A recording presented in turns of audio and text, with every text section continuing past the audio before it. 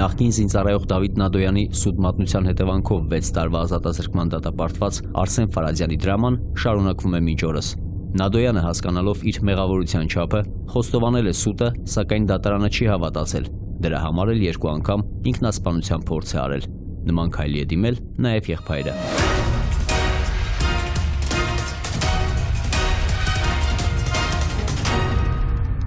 Մենք ապրում ենք Շիրակի մարզի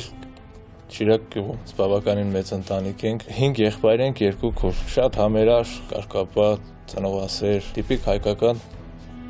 ընտանիք։ Եղբայրներիցս բոլորը ծառայել են, վերջին ծառայողը եղել է Դավիթը, փուչու եղբայրն է մեր։ Ավարտել եմ դպրոցը, 12-ամյա կրթական դպրոց էր, 6 ամիս դրա համար ետեմ ենք ծառայությունից։ Վերջի քննություն դպրոցի տվել եմ, 6 օր հետո ծառայության եմ մեկնել եւ չեմ հասցրել ինչ-որ մի ուսումնական հաստատում ընդունվելու համար։ Ծառայության տարա Ղարաբաղ Մադաղից։ Սկզբից Դավիթի ծառայությունը շատ նորմալ, իր բնականon ընթանում էր։ Նեղվածություն կար դեմից, հետո ես ինքս իմ մեջ ասում էի 2 տարի պիտի համբերեմ։ Կարոտը կար, հետո ազնական խնդիրներ կային, պապայի առողջականը լավ չէր, շատ է դրանից։ Էլի կա ծառայ, ուղղակի ես ուզում էի տանը մոտիկ տեղ լինեի, որ ուվալնեցինի բանը մի քանի ժամով կարնայի ծնողներին, եղբայրներիս քրերիս կարնայի տեսնեի։ Պապան ուներ լուրջ առողջական խնդիրներ, մի տարվա մեջ երևի մի 5 վիրահատություն տարա։ Մի պատաժը եղավ, որ հույս չէին տալիս բժիշկները պապային, այդ իմանալով Դավիթը ընդհանրապես ուշ չէր ունեցել ծառայելու, մի կողմից էլ Ղարաբաղ, առաջի դիրքեր, ամեն ինչը դրանից սկսվեց։ Դավիթը մտածելով, եթե Հայաստանում ծառայի, մոտիկ կլինի տանը, կարող է տենա պապային։ 5 օր էի եկել օդպուսկ, աղբորս խաբելով ասել եմ, թե այդտեղ խնդիրներ ունեմ, գումար եմ խաղցել, փող եմ կրվել, այդ փողը բտամ, մտածելով, որ աղբերս իմանալով, որ խնդիրներ ունեմ, կմտածի ինձ այդ չաստից տեղափոխելու մասին։ Որոշեցինք, որ աղբերս պիտի գնա տեսնի իր աչքով ինչով կարանք օգնենք, ինչ կարանք անենք։ Իմ աղբերս եւ հորաքրոջս տղան գնացել են Ղարաբաղ, Դավիթին տեսել են, խոսացել են Դավիթի հետ, Դավիթը էլի նորից ստորաբար ստել է, այն հույսով, որ իրանք տեղափոխեն ուրիշ զորամաս։ Կանչել են Արսենին, իբր ում հետ որ խաղացել է այդ խումարը, պարտվել է, այդ տղային են կանչել։ Արսենը եկել է, դա ամեն ինչը ժխտել է։ Այդտեղ են ասել, չէ, այդպես բան չկա, էլի մենք Դավոյի հետ խումար չենք խաղցել, ոչ մի կռիվ մեր մեջ չի եղել։ Ես խումար չեմ խաղում, ախպեր։ Սուտասանի մեկն այնա տղեկին արծա ծառայության ժամանակ վեճնի խափում է սուտա խոսում։ Սուտա ասում։ Հա, սուտա ասում։ Ասեմ, որ Արսենին այդ ժամանակ մնացել է 50 օրվա ծառայություն։ Դրանից հետո աղբերս համոզվելով, որ ոչ մի բան չի եղել, գնացել է,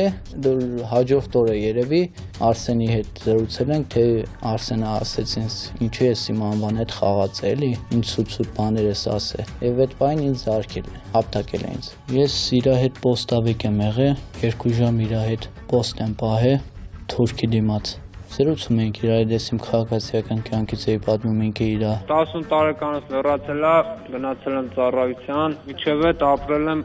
Գեղարքունիքի մարզում, գյուղ Մեծ Մասրիկում։ Ծառայել եմ Լեռնային Ղարաբաղի Հանրապետությունում, ծառայել եմ շատ դրականորեն, ունեցել եմ բազմաթիվ խրախուսանքներ։ 2012 թվականի նոյեմբեր ամսի վերջերը ծանոթացել եմ Դավիթ Նադոյանի հետ ծառայելով մի 2 ամիս, մնացել էր ինձ 3 ամիս ծառայությունս ավարտելու։ Քաղաքացիական կյանքում իմացել էի, որ ծառայության մեջ որ ասեն սեռական հարաբերություններ է տեղի ունեցել, այդ զորամասից կտեղափոխեն բնակավայրին մոտիկ զորամաս։ Գումարտակի տղաներից մեկին ստելով պատմել եմ, թե Արսեն Ֆարազյանը իմ կամքին հակառակ սեռական բնույթի հարաբերությունները։ Ծեծի է ընտարկել, փող է ուզեզնից, անվանականչից առաջ եմ պատմել։ Այդ տղային անվանականչ անցկացրել ենք, քնել ենք, առավոտ ելել ենք, ռազմվոդից հետո полքի զամպալիտն եկավ, ռազմական ոստիկանության աշխատակցի հետ։ Ինձ ու Արսեն Ֆարազյանին իջացին զորամաս։ Դավիթ Նադոյանը հետաքննության մարմնի աշխատակիցներին հանցագործության մասին հաղորդում է տվել իր եւ համածառայող Արսեն Ֆարազյանի միջև տեղի ունեցած դեպքերի եւ իրադարձությունների կապակցությամբ։ Ռազմական ոստիկանության աշխատակցին է տեսա, խառնվա իրար էլի, ասեցի, ինչ պետք է անեն էլի։ Խոսացին ինձ ասեցին, թե կտեղափոխեն քեզ ուրիշ զորամաս, Արսեն Ֆարազյանն է նույնը էլի տեղափոխենք լրիվ ուրիշ զորամաս։ ձեր ծառայությունները կշարունակեք ու Վալյատկյանի կերտակ տուն։ Քանի իմանալով պատմել եմ, կարճ կոնկրետ էլի, այդպես շատ բաներ չեմ ասել, հետո քննիչն է եկել իմ մոտ ցուցմունք վերցնելու, ես իրան կարճ կոնկրետ պատմել եմ, շուտ ասեմ հա, սպես, թողնա գնա, ես իմ ծառայությունը շարունակեմ։ Պաշտպանության նախարարության քննչական ծառայության եւ կայազորային քննչական բաժնում հարուցվել է քրեական գործ եւ ձեռնարկվել նախաքննություն։ Նախաքննության ընթացքում Դավիթ Նադոյանը ճանաչվել է տուժող, նրան պարզաբանվել են տուժողի իրավունքներն ու պարտականությունները եւ հարցաքննվել է որպես տուժող։ Հարցաքննության ընթացքում Դավիթ Նադոյանը մանրակրկիտ ներկայացրել է քննիչին իր եւ համածառայակից Արսեն Ֆարաջյանի միջև տեղի ունեցած դեպքերն ու իրադարձությունները։ Տուժողի եւ մեղադրյալի ցուցմունքներում արկա էական հակասությունների կապակցությամբ քննիչը վերջիններից միջև կատարել է քննչական գործողություն, այն է առերեսում, ինչի ընթացքում տուժողը պնդել է իր նախաքննական որպես տուժող տված ցուցմունքը եւ մատնանշել, որ իրականում դեպքերը տեղի են ունեցել Արսեն Ֆարաջյանի հետ։ Թե մեզ զորամասից հանում էին, Զամպալիտը ասեց, թե սա լավ կերնի, կզանգեմ աղբորդ կասեմ։ Հետո տարել են մեզ ռազմական ոստիկանություն։ Ռազմական ոստիկանությունում էլի ցուցմունք են վերցրել, Արսեն Ֆարաջյանին տարան հենակետի դիվիզիոն։ Ինձ է տարան հոսպիտալ ասելով, որ այնտեղ դու պետք է փորձաքննություն անցնես։ Բայց հետագայում պարզվեց, որ ծառայությունս այնտեղ պետք է շարունակեմ։ Այս գործերի արդիվ բերման է ենթարկել ու կալանավորել։ Ինձ ընդհանրապես չի էլ հետաքրքրում, թե Դավիթ Նադոյանը կասի դա տեղի է ունեցել, թե ոչ։ Քանի որ դե հաստատորեն ոչ մի բան չի ապացուցվում։ Ինձ մեղադրում են 17 անգամ կատարված հանցագործության մեջ, բայց չունեն մեկ ապացույց։ Իմացել եմ, որ իրան այնտեղ ցենցի են ենթարկել։ Ես ոչ մի բան չեմ արել։ Բախիա կոբրով գրետ ես բան, արա։ Այնպես են ցենցի ենթարկել, որ կապտուկները շատ էին, նրան մեկ քանի վաղ պահել են դիվիզիայում, ինքը ստել էր հայեղել է, բայց հետո որ տարել են Շուշի, կզգացել էր, որ նստեց ընեմերի, միանգամից իր ցուցմունքը ինքը փոխել էր։ Իրեն առաջադրված մեղադրանքներում լիովին մեղավոր է ճանաչել, սակայն օգտվելով իր մեղադրյալ իրավունքներից հրաժարվել է ցուցմունք տալ։ Ճիշտ է, նախաքննության փուլում Արսեն Ֆարաջյանը ցուցմունք է տվել, որ իր նկատմամբ բռնություն են կիրառել, սակայն նախաքննության ընթացքում անդրադարձ է կատարել քրեական գործով նաև այդ հանգամանքներին, որոնք որ արժանահավատ բոլոր ապացույցներով հերքվել են։ Գործը լրիվ բազմատողմանի եւ օբյեկտիվ քննություն կատարելուց հետո քննիչը կազմել է մեղադրական եզրակացություն եւ ուղարկել է 3 կայազորային զինվորական դատախազություն գործ ըստ էության լուծելու համար դատարան ուղարկելու հարցը որոշելու նպատակով։ Ստիպել են, որ ես էլ ընդունեմ այդ ցուցմունքը։ Այդ մեկ բացատրության հիման վրա ինձ դատապարտում են 17 անգամ կատարված հանցագործության մեջ։ Հավատալով Դավիթ Նադոյանին ու ինձ ախ էին տալի, որ հեսա դատաբժշկական փորձաքննությունը գալու է ու այն վաղ բա ինչ ես անելու։ Բայց հետագայում ես որ արդեն դատաբժշկական փորձաքննությանն էլ ծանոթացա, որ Դավիթ Նադոյանի հետ սեռական հարաբերություն չեն ունեցել։ Բայց դատարանը այդ փաստաթղթին ուշադրություն ընդհանրապես չի դարձրել, որովհետեւ շատ կարևոր մի հատ փաստաթուղթ էր։ Հարցաքննվել են մի շարք վկաններ, նշանակվել են դատաբժշկական փորձաքննություններ եւ Դավիթ Նադոյանի կողմից որպես տուժող տրված ցուցմունքում նշված հանգամանքները հիմնավորվել են նշված քննչական գործողություններով եւ որոնք հանդիսանում են նաեւ քրեական գործով ձեռքբերված ապացույցներ։ Եվ բավարար հիմք ունենալով քննիչը Արսեն Ֆարաջյանին ներգրավել է քրեական գործով որպես մեղադրյալ։ Դատավարական ղեկավարում իրականացնող դատախազի կողմից մեղադրական եզրակացություն հաստատվել եւ ուղարկվել է Հայաստանի Հանրապետության Սյունիքի մարզի ընդհանուր իրավասության առաջին ատյանի դատարան։ Ես այդ ընթացքում իմ ծառայությունս եմ շարունակել, դատարանից թուղթ է եկել, որ ինձ տեղափոխեն դատարան, էլի հետ բեն ժամաս։ Իսկ այդ ընթացքում Արսեն Ֆարաջյանն է եղել է Շուշիի բերդում։ Հասկանալով, որ արդեն գործը դատարան է եկել, ես իմ մեջս ասեցի դատարանում ճիշտը ասելու եմ։ Բնականաբար Դավիթը, որ այդ նախաքննության ժամանակ, ցուցմունքների ժամանակ ստել է, իրանք է Դավիթի ստերի հիման վրա այդ ամեն ինչը կազմել են, մի բան էլ իրանք ավելացնելով, գործը որ հասավ դատարան, Դավիթը նոր սկսեց դատարանում ճիշտը պատմել։ Առաջի դատը տեղի ունեցել հոկտեմբեր ամսին 2013 թվականի Ստեփանակերտում։ Դե իմ պաշտպանս եղել է դադախազը, ինքը փաստաբան ուներ։ Այստեղ դադախազը ինձ վախացնելով բանանելով, այստեղ ես ճիշտը ասել եմ դատա։ Բանն որ եղավ, որ իր անվան հետ խաղացի ես սուտ բաներ էի ասել, իմ ու իր մեջ վեճ բռնկվեց եւ ինքը ինձ հարվածել է։ Ես դա չեմ ժողտում, դա եղել է, ինքն է չի ժողտում։ Էս ինչ ես ասել։ Ախպեր, տես բան չկա։ Կեթա սաղին կասես, որ տես բան չեղավ, արա։ Դատաբժշկական փորձաքննությունը թիվ 70 Դավիթ Նադոյանի կրունկում պիեն հայտնաբերել, թիվ հունվարի 4-ից 8 ընկած ժամանակահատվածում ծեծիեմ ենթարկել այդ սպին առաջացել է, բայց Դավիթ Նադոյանի նախաքննության ցուցմունքով հունվարի 4-ից 8 ընկած ժամանակահատվածում նշում է, որ Արսեն Ֆարաջյանը ինձ ծեծի ենթարկելով հարվածներ է հասցրել գլխից, որովայնից, տեղական օրգաններից, չի նշում, որ հարվածել է իր կրունկին, որովայնին եմ խփել, թե ներքին օրգանները վնասվի, գլխին եմ խփել, գլուխը վնասվի, կրունկի մոտ ինչ սպի, չի համապատասխանում մեկը մյուսի հետ, բայց այդ թիվ 78 եզրակացություններ են դրել դատավճռի հիմքում։ Երկրորդ դատը նոյեմբերին է տեղի ունեցել։ Էլի դատարանում ճիշտ ասել եմ, դրանից հետո Ղարաբաղում մի քանի դատից ավել դատ տեղի ունեցավ, որ նոր վճիռ կայացրին։ Դա ամեն դատին է, ես ասել եմ, որ այդպես բան չի եղել։ Այս դատից հետո ինձ էլի սկսում են վախացնել, թե քեզ կդատեն, քեզ կտանեն, կնստացնեն, այսպես բաներ կանեն այնտեղ հետդ։ Բայց դե էլի ես ճիշտը ասեցի։ Այս դատարանը չընդունեց։ Երրորդ դատին արդեն վկաներ սկսեցին կանչել, Դավիթ ինչ-որ ստել է այդ վկաներին։ Այդ վկաները դրանք են պատվել դատարաններում։ Նույնիսկ իմ աղբերս է եղել դատարանում, որպես վկա, ասել է, որ Դավիթի ասած սուտը ինքն էլ է ցուցմունք տվել։ Հիմա դատարանում ճիշտն է ասում, բայց այդ ժամանակ ոչ ոք ոչինչ հաշվի չառավ։ Սավաքնիչ Ոսկանյանը թույլ է տվել բազմաթիվ բացթողումներ։ 7 էպիզոդ գրի եմ առել, ներկայացրել եմ 2 դատական ատյաններում։ Մի հատ կարամ օրինակ բերեմ, Դավիթ Նադոյանը իր նախաքննության ցուցմունքում նշել է, որ Արսեն Ֆարաջյանը 3 զինծառայողների ներկայությամբ ինձ պարտադրել է վերցնել ինձ պատկանող ինքնաձիգը եւ իր հետ գնալ զուգարան։ Քննիչը այդ 3 զինծառայողներից ոչ մեկին հարց չի տվել։ Քո ներկայությամբ Արսեն Ֆարաջյանը Դավիթ Նադոյանին պարտադրել է վերցնել իր զենքը, իր հետ գնալ զուգարան եւ այլն։ Ու ոչ մի վկա չկա, որի վկայությունը ճանաչվել է որպես այլ փաստաթուղթ, որպես ապացույց, որ դրա հիման վրա դնեն։ Դատաքննության ընթացքում Տուժողը հրաժարվել է իր նախաքննական ցուցմունքներից եւ տվել ոչ արժանահավատ պատճառաբանություններ իր նախկինում նախաքննության ընթացքում տված ցուցմունքների կապակցությամբ։ Միաժամանակ նշել, որ իրականում Արսեն Ֆարաջյանը իր նկատմամբ ոչ մի գործողություններ միմյանց նկատմամբ տեղի չի ունեցել։ Ամբաստանյանը նույնպես իրեն առաջադրված մեղադրանքներում բացի մեկ դրվագից իրեն մեղավոր չի ճանաչել, սակայն դատարանը դատակոչի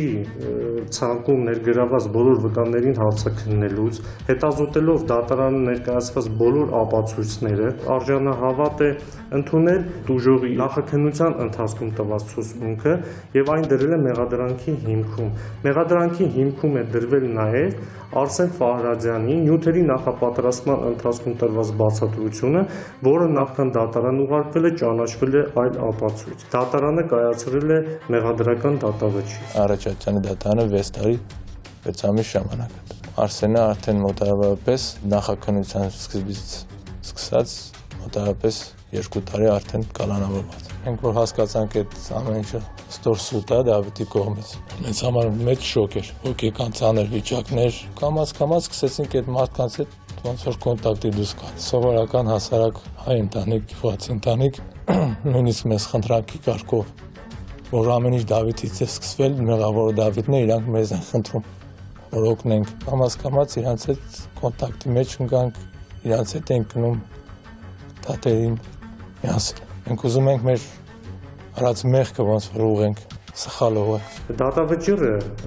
Ամբաստանյալի շահերի պաշտպանը բողոքարկել է Հայաստանի Հանրապետության վերաքննիչ քրեական դատարան, որտեղ վարույթ է ընդունվել պաշտպանի բողոքը։ Պաշտպանը լրացուցիչ գրություն է ուղարկել այն մասին, որ իր պաշտպանյալին արդարացնել բոլոր դրվագներով բացառությամբ մեկից, սակայն միաժամանակ նշել է, որ եթե դատարանը կհանգի այն եզրակացության, որ իր պաշտպանյալը կատարել է իրեն մեղսագրվող արարքները, խնդրել է այդ դեպքում նրա նկատմամբ կիրառել Հայաստանի Հանրապետության քրեական օրենսգրքի 70 հոդվածը, այն է պատիժը պայմանականորեն չկիրառել կամ նրա նկատմամբ նշանակել առավել մեծ պատիժ։ Ծառայությունս ավարտելուց հետո արդեն վերաքննչում էր գործերը։ Այստեղ վերաքննիչ դատարանում գրավորել եմ ներկայացրել, բանավորել եմ ասել, բայց էլի ոչ մեկ ուշադրություն չեն դարձրել։ Վկաներ չեն եղել, ուղղակի այդ դատախազի կազմած թղթերով են ներկայացրել։ Ես առանձին իմ համար գրավոր գրել էի, որ դատարանում կարդա եւ ներկայացնեի դատավորին։ Արսեն Ֆարաջյանը նույնն է ինքը։ Մենք պահանջեցինք դատաբժիշկին բերեին, թող ինքը է կաներսեր կամ էլի փորձաքննություն տեղի ունենար։ Մերժում ստացանք։ Դատարանը հետազոտել է բոլոր ապացույցները, այդ թվում նաև դատաբժշկական փորձաքննության եզրակացությունները եւ իր դատավճռի հիմքում դատարանը դրել է այն ապացույցները, որոնք գնահատել է որպես արժանահավատ եւ թույլատրելի։ Դատաքննության ժամանակ մի շարք ապացույցներ են ի հայտ եկել։ Դատարանը ուշադրություն չի դարձրել այդ հանգամանքների վրա։ Այս վերաքննիչ դատարանից ճիշտ որն ասեմ ընդհանրապես բան չհասկացա։ Դատավճռում նշել է ներքին համոզման հիման վրա, այսինքն էս որ վստահություն չի ներկայացրել։ Հիմա հարգելիս, ես ոնց քեզ վստահություն ներկայացնեմ, եթե դու ինձ հարցեր չես տալի, գիպնոզեմ, տեղս նստած քեզ վստահություն ներշնչեմ։ Իսկ իմ ներկայացրած ճառին չեն էլ հավատացել, որ դա ես եմ ներկայացրել։ Իմ պաշտպանին ասել են, ի՞նչ կարիք այդքանը գրե տվերեք ձեռը, որ կարդա։ Վերաքննիչ քրեական դատարանը լուծելով գործի ընթացքը, լսելով կողմերին, որոշում է կայացրել Սյունիքի մարզի առաջին ատյանի դատարանի դատավճիռը թողնել ուժի մեջ եւ մերժել է պաշտպանի բողոքը։ Դավիթը իր մեջ մտածել էր երևի, որ ոչ մի դատարան էլ իրան չի կարող օգնել, ոչ մի փաստաբան էլ։ Չէ, գրել ես է հասկանում եմ, ես հիմա ազատության մեջ եմ, բայց իմ երեսից Արսեն Ֆարաջյանն է զրկված ազատությունից։ Մտածում եմ, որ ինքնասպանության փորձ կատարեմ։ Ինձ կոպիտ ասած վերացնեմ։ Ավտաշենի մոստից եմ ուզեցել ինձ ցած նետեմ, հասան բռնեցին ինձ, մի կողմից ասում էին զանգեմ ես ինչ մարդու հետ խոսա, հետևիցս բռնեցին ինձ քաշեցին մոստի վրայից։ Տարել էին բաժին, ցուսմունք վերցրեցին, յանի սա լավա լինելու ճամփին տուն։ Մի քանի ժամանակ անցավ, ոչ մի խաբար, ոչ մի լուր, ուզեցել եմ ինձ հրկիզեմ դատախազության շենքի առաջ։ Ինձ զին դատախազին պահանջելով, որ գնաց տեղակալի հետ խոսացի, հետո էլի բաժնից աշխատակիցներ եկան, ու էլի տարան բաժին։ Էլի նույն պրոցեսը, ցուսմունք վերցնել։ Այդ ամեն ինչը տեսնելով, այդ ամեն ինչը ապրելով, որ Դավիթը այդքան արածից հետո ոչ մի փոփոխություն, ոչ մի օգնության նշան չտվեց, չի կարող այդ ամեն ինչը թեթև տա։ Որոշեցի ես էլ ինքնասպանության փորձ անեմ,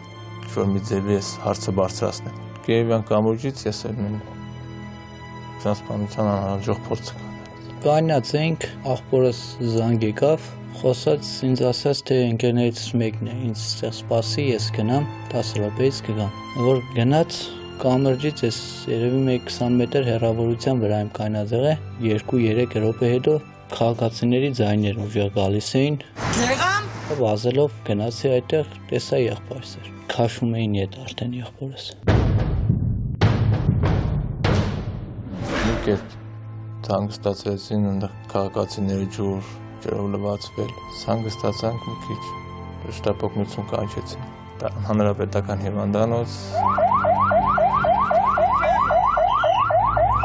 Ծնողներս իմանալով այդ ամեն ինչը շատ ծանր են տանում, որ մի ծնող գուզի, որ իր երեխան ինքնասպան, ոնց կարաս հանգիստ ապրես։ Այդ ապրումներով մենք գնացել ենք այդ քայլին։ Ես չեմ կարող ասել, թե եթե չասնեին քաղաքացիները, իմ վիճակն ունես վիճակ ա եղել, որ ես կարող եմ նետվի։ Ես չեմ ուզի, որ իրանք դες բան անեն կամ ես իմ։ Երևի այդ են հարմար գտել։ Հիմա իր եղբայրն է, երևի անհասկացող է, բայց կարող ընտանիքի անդամները խելացի մարդիկ են ու իրենց տան անդամի սխալը փորձում են ուղղել։ Ես ակնկալում եմ, որ պիտի արդարացնեմ։ Արսեն Ֆարաջյանի փաստաբանը բողոքան ներկայացրել վճռաբեկ դատարան։ Մենք հույս ունենք, որ իր բարեգութ մարդ կգտնվի եւ վերջապես արտահայտությունը կվերականգնվի։ Արսենը մնաց Բերտում 6 տարի, ես չեմ կարող պատկերացնել, թե ինչ թե մեր ընտանիքի, թե Արսեն ընտանիքի։ Ես անարտարությունը տեսնելով ոչ մի բանի չես հավատում էլ։ Ես էլի ասեմ, եթե վճռաբեկն է նույնը թողնա, ես չգիտեմ, թե իմ հետ ինչ կանեմ ես։ Թե այս երկու դեպքը կանխեցին, երրորդը հաստատ էլ չեն կախ։ Ես ուզում եմ, որ այս ամեն ինչի մեջով Դավիթը անցել է, բոլոր երիտասարդների համար էլ ոնց որ ասած փորձ լինի եւ նմանատիպ սխալներ չկրկնվեն։ Եթե ասենք մեր պաշտոնավոր այրիկ միջամտներն օգնեն ինձ կթվա, որ նման սխալներ չի կրկնվի։ Ոնց որ ասած իրանք կանխեն այս տիպի սխալները։ Սխալ եմ թույլ տվե, իմ սխալը հիմա ես գիտակցում եմ եւ ուզում եմ ուղեմ, բայց ինձ հնարավորություն չեն տալի։ Միշտ իրավացին նա է, ով առաջինն է հարված հասցնում։